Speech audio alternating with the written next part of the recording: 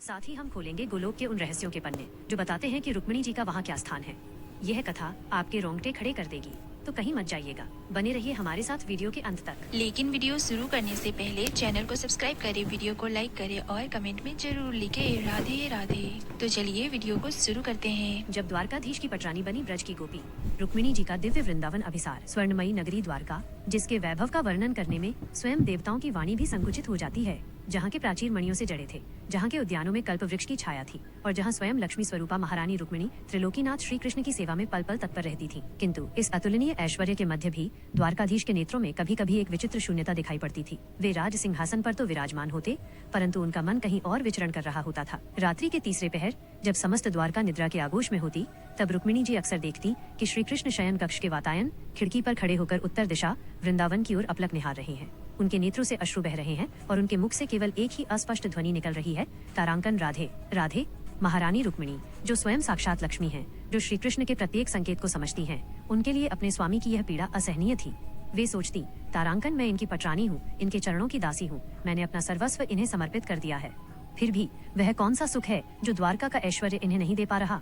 वो कौन सा प्रेम है जो मेरे समर्पण से भी गहरा है? एक रात्रि शरद पूर्णिमा का उज्जवल चंद्रमा आकाश में अपनी छटा बिखेर रहा था। चांदनी को देखकर श्री कृष्ण की व्याकुलता और बढ़ गई। वे सुध बुध खो बैठे और अदृश्य बांसुरी बजाने की मुद्रा में अपनी उंगलियां चलाने लगे। रुक्मिणी जी ने साहस बटोरकर प्रभु के चरण कमलों को अपने वक्षस्थल से लगाया और अश्रुपूरित नेत्रों से पूछा, हे प्राणनाथ, हे द्वारकाधीश, आप त्रिलोक के स्वामी हैं। आपकी एक प्रकृति विलास से सृष्टि का सृजन और संहार होता है, फिर आज आप इस शरद पूर्णिमा की रात्रि में इतने अधीन, इतने विवश क्यों प्रतीत हो रहे हैं? ऐसा क्या है जो आपको यहाँ नहीं मिल रहा? क्या मेरी सेवा में कोई त्रुटि रह गई है? श्री कृष्ण ने अपने आर्द्र नेत्रों से रुक्मिणी की ओर देखा और गंभीर स्वर में कहा, रुक्मिणी, तुम्हारी सेवा में कोई त्रुटि नहीं है, तुम साक्षात धर्म की मूर्ति हो। परंतु प्रिय, आज शरद पूर्णिमा है। यह वही तिथि है जब वृंदावन में महारास होता है। मेरा मन द्वारका के राजकाज में नहीं, यमुना के पुलिन तट पर भटक रहा है। वहाँ प्रेम का वो स्वरूप है जहाँ भगवान और भक्त का भेद मिट जाता है। वहाँ केवल रस है, केवल आनंद है। रुक्मिणी जी ने विनयपूर्वक कहा, प्रभु, यदि वो रास इतना ही अद्भुत है तो मुझे भी उसके दर्शन कराइए। मैं भी उस प्रेम को देखना चाहती हूँ जिसके लिए स्वयं पूर्ण ब्रह्म भी तरसते हैं। अध्याय 2, गोपी भाव की शर्त। रुक्मिणी जी की बात सुनकर श्री कृष्ण मुस्कुराए, एक ऐसी मुस्कान जिसमें रहस्य छिपा था। उन्होंने कहा, देवी, रासलीला कोई सामान्य नृत्य नहीं है जिसे कोई भी देख सके। यह प्रकृति के गुणों से परे एक आध्यात्मिक अवस्था है। वहाँ प्रवेश पाने के लिए स्त्री या पुरुष होना महत्वपूर्ण नहीं है, वहाँ केवल गोपी भाव ही प्रवेश का अधिकारी है। रुक्मिणी जी ने हट करते हुए कहा, नाथ, मैं आपकी अर्धांगिनी हूँ, जो आपका है उस पर मेरा भी अधिकार है, मुझे वो रास देखना ही है। तब श्री कृष्ण ने एक शर्त रखी, रुक्मिणी, तुम द्वारका की पटरानी हो, तुम्हारे भीतर स्वकीय पत्नीत्व का अभिमान और राजसी मर्यादा का संस्कार है। रास में प्रवेश पाने के लिए तुम्हें अपना अहंकार, अपना राजसी पद और यहाँ तक कि अपनी पहचान भी भूलनी होगी। क्या तुम द्वारका की महारानी का चोला उतारकर एक साधारण ब्रज गोपी की भांति धूल में लौटने को तैयार हो? रुक्मिणी जी का प्रेम सत्य था। उन्होंने तत्काल उत्तर दिया, हे गोविंद, आपके सुख के लिए, आपके प्रेम के रहस्य को जानने के लिए मैं अपना अस्तित्व मिटाने को भी तैयार हूँ। अध्याय 3, योग माया का आह्वान और वृंदावन प्रस्थान। श्री कृष्ण ने अपनी योग माया का स्मरण किया। पलक झपकते ही द्वारका का दृश्य धुंधला होने लगा। एक दिव्य विमान पर आरूढ़ होकर नहीं, अपितु भाव देह, स्पिरिचुअल बॉडी से रुक्मिणी जी ने श्री कृष्ण के साथ ब्रज की ओर प्रस्थान किया। जैसे जैसे वे ब्रज मंडल के निकट पहुंचे, वायु में एक मादक सुगंध आने लगी। ये सुगंध कस्तूरी या केसर की नहीं थी, ये प्रेम और ब्रज की धूल की सुगंध थी। वृंदावन की सीमा पर पहुंचते ही श्री कृष्ण रुक गए। उन्होंने रुक्मिणी जी से कहा, प्रिय, अब तुम्हें यहाँ अपने आभूषण, अपने राजसी वस्त्र और अपने रुक्मिणी होने का भान त्यागना होगा। रुक्मिणी जी ने अपने रत्न जड़ित कंगन, हार और मुकुट मानसिक रूप से त्याग दिए। योग माया के प्रभाव से उनका राजसी परिधान एक साधारण नीलवर्ण की गोपी की साड़ी में बदल गया। उनके मस्तक पर मुकुट के स्थान पर एक साधारण घूंघट आ गया। लेकिन सबसे बड़ा परिवर्तन बाहर नहीं, भीतर हो रहा था। उनके मन से यह विचार लुप्त हो गया कि वे रानी हैं। अब उनके हृदय में केवल कृष्ण से मिलने की, कृष्ण प्रेम को समझने की एक तीव्र उत्कंठा शेष थी। अध्याय 4, ब्रज की रज और यमुना तट। जैसे ही रुक्मिणी जी अब गोपी वेश में ने वृंदावन की भूमि पर अपना पहला चरण रखा, उनका शरीर रोमांचित हो उठा। ब्रज की धूल में एक ऐसी शीतलता थी जिसने उनके जन्म जन्मांतर की तपन को शांत कर दिया। वे सोचने लगी, तारांकन, अहो, यह धूल तो चंदन से भी अधिक पावन है। इसी धूल में मेरे प्रभु नंगे पांव गायें चराते थे।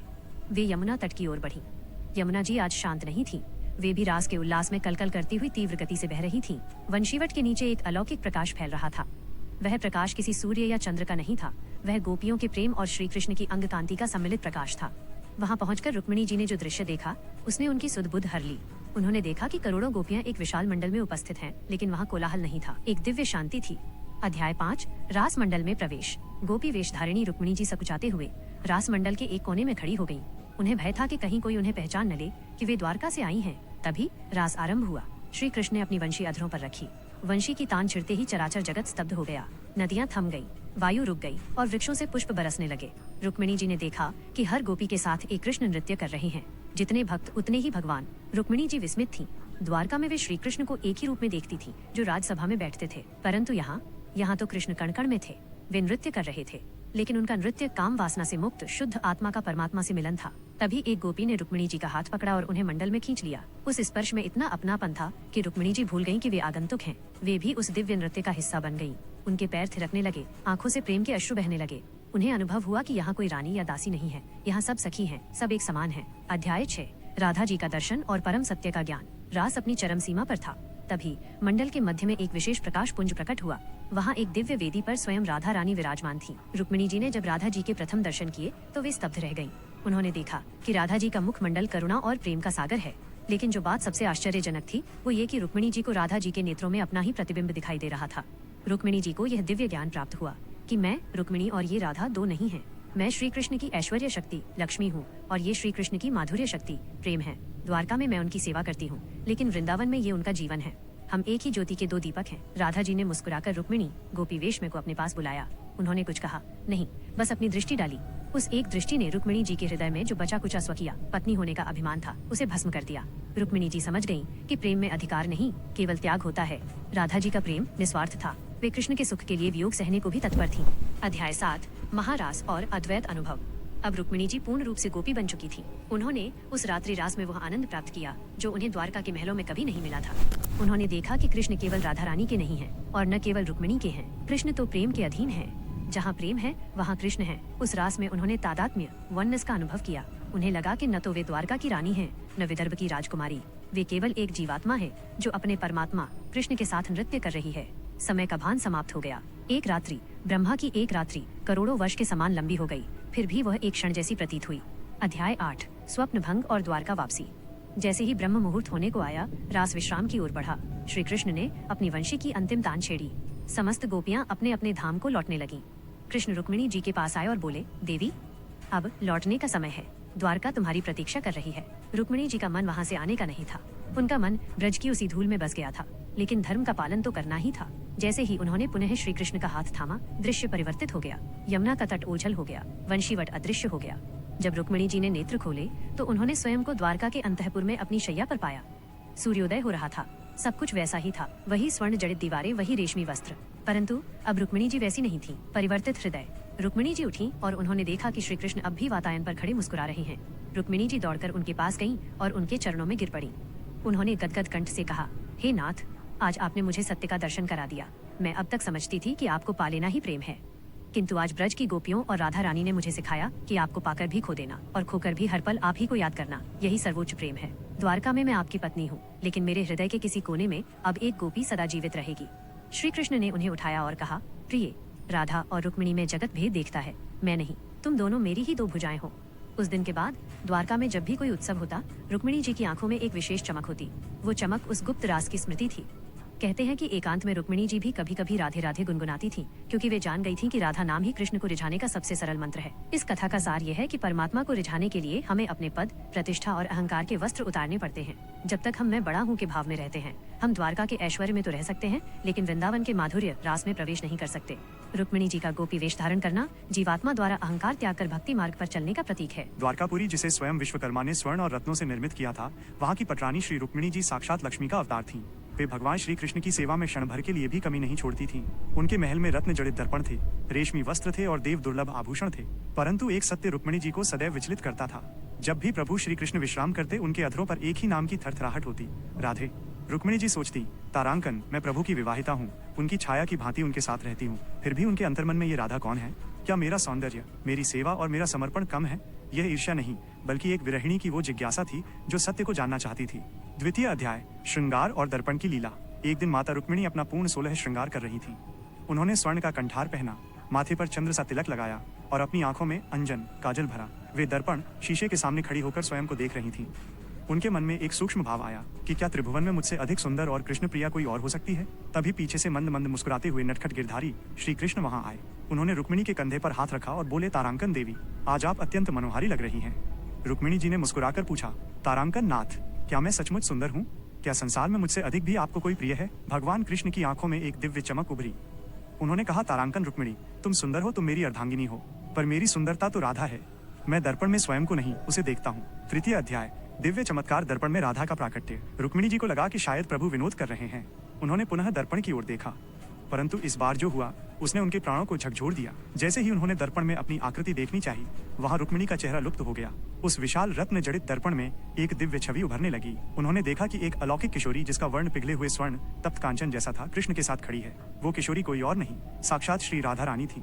रुक्मिणी जी ने देखा कि दर्पण के भीतर कृष्ण और राधा एक दूसरे में समाहित हैं। वहां दो देह थीं, पर उनकी धड़कन एक थी। रुक्मिणी जी ने ध्यान से देखा तो पाया कि दर्पण में दिख रही राधा की आंखों में स्वयं कृष्ण बसे हैं और कृष्ण की आंखों में राधा। चतुर्थ अध्याय, अहंकार का विसर्जन और ज्ञान का उदय। रुक्मिणी जी स्तब्ध रह गईं। उन्होंने देखा कि वे स्वयं रुक्मिणी दर्पण में कहीं नहीं थी। उन्हें बोध हुआ कि जब तक मन में अहंकार रहता है, तब तक प्रभु के वास्तविक स्वरूप के दर्शन नहीं होते। श्री कृष्ण ने धीमे स्वर में कहा, तारांकन प्रिय, तुम मेरी बाहरी शक्ति हो जो द्वारका के वैभव को संभालती हो, पर राधा मेरी आह्लादिनी शक्ति है जो मेरे भीतर बसती है। तुम मेरी पत्नी हो, पर राधा मेरी आत्मा है। दर्पण में तुम्हें अपनी छवि इसलिए नहीं दिखी क्योंकि तुमने खुद को मुझसे अलग समझा। जिस दिन तुम खुद को मुझ में विलीन कर दोगी, तुम्हें भी वही राधा तत्व प्राप्त होगा। रुक्मिणी जी की आंखों से अविरल अश्रु बहने लगे। उनका सारा संशय, सारी जिज्ञासा और सूक्ष्म अभिमान उस दिव्य प्रकाश में भस्म हो गया। उन्होंने समझ लिया कि राधा और कृष्ण कोई दो व्यक्ति नहीं, बल्कि प्रेम की वो एक ही ज्योति है जो दो रूपों में जल रही है। पंचम अध्याय, सत्य का साक्षात्कार। रुक्मिणी जी ने कृष्ण के चरणों में वंदना की और कहा, तारांकन, हे प्राणनाथ, आज मुझे समझ आया कि आप केवल राधा के वश में क्यों हैं। राधा वो दर्पण है जिसमें आप स्वयं को पाते हैं। आज से मैं भी आपकी पटरानी नहीं, बल्कि राधा रानी की एक तुच्छ दासी बनकर आपकी सेवा करूंगी। उस दिन के बाद द्वारका के महलों में भी राधा भाव का संचार हो गया। रुक्मिणी जी ने जान लिया कि भक्ति का अर्थ स्वयं को पाना नहीं, बल्कि स्वयं को खोकर अपने आराध्य में मिल जाना है। ये कथा हमें सिखाती है कि हम ईश्वर को बाहर खोजते हैं, जबकि वे हमारे हृदय के दर्पण में ही विराजे हैं। बस शर्त यह है कि उस दर्पण पर मैं और मेरा की धूल न हो। राधा वही शुद्ध दर्पण है जिसमें कृष्ण अपना मुख देखते हैं। शास्त्रों का मत है कि राधा और कृष्ण दो नहीं हैं। जैसे सूर्य और उसकी प्रभा, पुष्प और उसकी सुगंध, वैसे ही श्री कृष्ण और श्री राधा एक ही तत्व के दो रूप हैं। परंतु जब प्रभु ने पृथ्वी के कष्टों को हरने और भक्तों को प्रेम रस का दान करने का विचार किया, तब एक अलौकिक लीला रची गई। गोलोक में एक बार श्री कृष्ण ने राधा जी से कहा, अतारांकन, हे प्रिय, पृथ्वी पर धर्म की हानि हो रही है, मुझे वहाँ अवतार लेना होगा। तब श्री राधा ने विरह की आशंका से व्याकुल होकर पूछा, तारांकन प्राणनाथ, क्या मैं आपके बिना रह पाऊंगी? प्रभु मुस्कुराए और बोले, तारांकन देवी, तुम मेरे बिना कैसे रह सकती हो? तुम मेरे साथ चलोगी, पर दो रूपों में। एक रूप मेरे प्रेम की पराकाष्ठा बनेगा और दूसरा मेरी मर्यादा का आधार। एक संसार को भक्ति सिखाएगा, दूसरा धर्म का मार्ग। यहीं से राधा और रुक्मिणी के अलग अलग प्रकट होने की गुप्त नींव पड़ी। द्वितीय अध्याय, श्री राधा का प्राकट्य, प्रेम का अवतार। पृथ्वी पर ब्रजमंडल के बरसाना ग्राम में महाराज वृषभानु और माता कीर्ति ने कठिन तपस्या की थी। द्वापर युग के आगमन पर भाद्रपद मास की शुक्ल पक्ष की अष्टमी को अनुराधा नक्षत्र के भीतर एक अलौकिक प्रकाश पुंज माता कीर्ति के महल में उतरा। यह प्रकाश साक्षात श्री राधा थी। लोक कथा है कि राधा जी ने जन्म तो लिया, पर अपनी आंखें नहीं खोली। वे संसार को देखना ही नहीं चाहती थी। वे चाहती थीं कि जब उनकी दृष्टि खुले तो सबसे पहले उनके आराध्य श्री कृष्ण का मुखारविंद सामने हो। जब नंदगांव से बालक कृष्ण बरसाना आए और उन्होंने राधा के समीप घुटनों के बल चलकर स्पर्श किया, तब राधा जी ने अपनी आंखें खोली। ये दर्शन सिद्ध करता है कि राधा केवल कृष्ण के लिए प्रकट हुई थी। उधर दक्षिण में विदर्भ देश के राजा भीष्मक के यहाँ माता के गर्भ से साक्षात लक्ष्मी स्वरूपा रुक्मिणी का जन्म हुआ। रुक्मिणी जी का जन्म राजसी वैभव के बीच हुआ। वे बचपन से ही कृष्ण की कथाएं सुन सुनकर उनके प्रति समर्पित हो गई थी। यहाँ रहस्य की बात यह है कि राधा जी नित्य किशोर भाव में रहीं, जबकि रुक्मिणी जी ने विवाह की मर्यादा को स्वीकारा। रुक्मिणी जी का प्राकट्य इसलिए हुआ ताकि वे संसार को बता सकें कि एक आदर्श पत्नी और रानी के रूप में भगवान की सेवा कैसे की जाती है। रुक्मिणी जी का हरण और फिर द्वारका में उनका पटरानी बनना साक्षात लक्ष्मी का नारायण से मिलन था। चतुर्थ अध्याय, एक ही शक्ति, दो भूमिकाएं। भक्तों के मन में अक्सर ये संशय होता है कि क्या वे दोनों अलग थीं।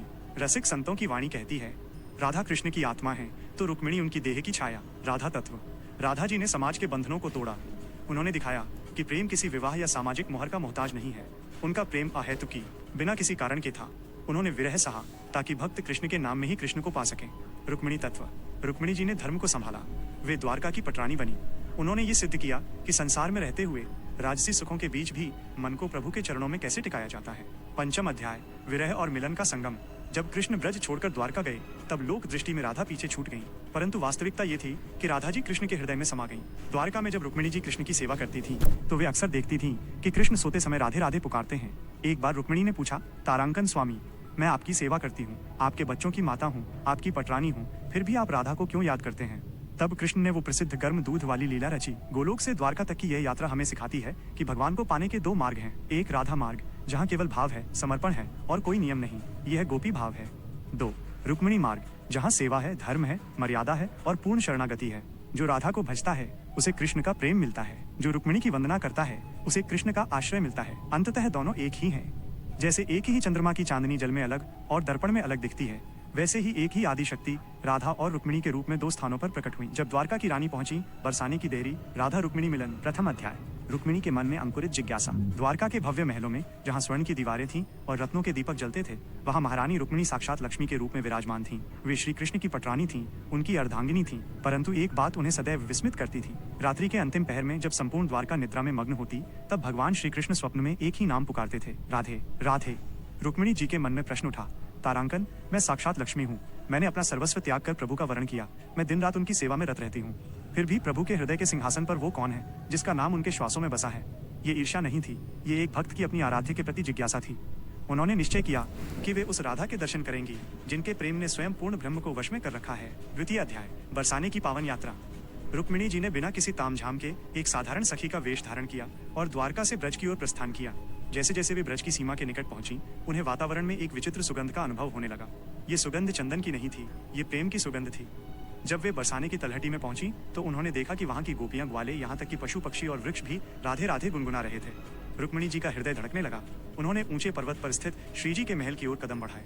वे सोच रही थी कि वहां कोई बहुत बड़ी रानी होंगी जिनका वैभव मुझसे भी अधिक होगा। तृतीय अध्याय। दिव्य दर्शन, प्रेम की साक्षात मूर्ति। महल के भीतर एक एकांत निकुंज में रुक्मिणी जी ने देखा कि एक परम सुंदरी किशोरी, जिनका अंग अंग करोड़ों चंद्रमाओं की शीतलता बिखेर रहा था, एक साधारण शिला पर बैठी थी। उनके नेत्र बंद थे और उनके होठों पर एक मंद मुस्कान थी। वे कोई और नहीं, साक्षात श्री राधा रानी थी। रुक्मिणी जी स्तंभित रह गई। उन्होंने देखा कि राधा जी ने कोई स्वर्ण आभूषण नहीं पहने थे, फिर भी उनका तेज ऐसा था कि बड़े बड़े रत्न फीके पड़ जाएं। राधा जी के रोम रोम से कृष्ण कृष्ण की ध्वनि निकल रही थी। रुक्मिणी जी ने अनुभव किया कि राधा जी और कृष्ण दो अलग सत्ताएं हैं ही नहीं, वे तो एक ही प्राण की दो देह हैं। चतुर्थ अध्याय। संवाद और सत्य का बोध। जब राधा जी ने अपनी करुणा भरी आंखें खोली तो उन्होंने सामने खड़ी रुक्मिणी जी को पहचान लिया। राधा जी मुस्कुराईं और बड़े ही मधुर स्वर में बोली, तारांकन, आइए द्वारका की स्वामिनी, आपका इस तुच्छ दासी की कुटिया में स्वागत है। रुक्मिणी जी की आंखों से अश्रु बहने लगे। वे राधा जी के चरणों में गिर पड़ी। उन्होंने रुंधे हुए कंठ से पूछा, तारांकन, हे देवी, मैं तो समझती थी कि मैं कृष्ण की सबसे बड़ी भक्त हूँ क्योंकि मैं उनके साथ रहती हूँ, परंतु आज आपको देखकर समझ आया कि कृष्ण तो केवल आपके हैं। मुझ में और आप में क्या अंतर है? राधा जी ने रुक्मिणी जी को गले लगाया और बहुत ही गूढ़ बात कही, तारांकन महारानी, आप पत्नी हैं, आप धर्म और मर्यादा का रूप हैं, आप कृष्ण की देह की छाया हैं, पर मैं तो कृष्ण की वो तड़प हूँ जो उन्हें स्वयं से भी दूर नहीं होने देती। आप उनके महलों की व्यवस्था संभालती हैं और मैं उनके हृदय की धड़कन संभालती हूँ। पंचम अध्याय। मिलन का आध्यात्मिक रहस्य। राधा जी ने रुक्मिणी जी को वह रहस्य बताया जो केवल रसिक संत जानते हैं। उन्होंने कहा, तारांकन रुक्मिणी, तुम और मैं अलग नहीं हैं। तुम मेरा ही वह स्वरूप हो जो जगत को आदर्श सिखाता है और मैं वह स्वरूप हूँ जो केवल प्रेम सिखाता है। हम दोनों मिलकर ही कृष्ण को पूर्ण करते हैं। उस दिन रुक्मिणी जी का सारा संशय मिट गया। उन्हें समझ आ गया कि कृष्ण को पाने के लिए द्वारका की रानी होना पर्याप्त नहीं है, बल्कि राधा जैसी तड़प और समर्पण का होना अनिवार्य है।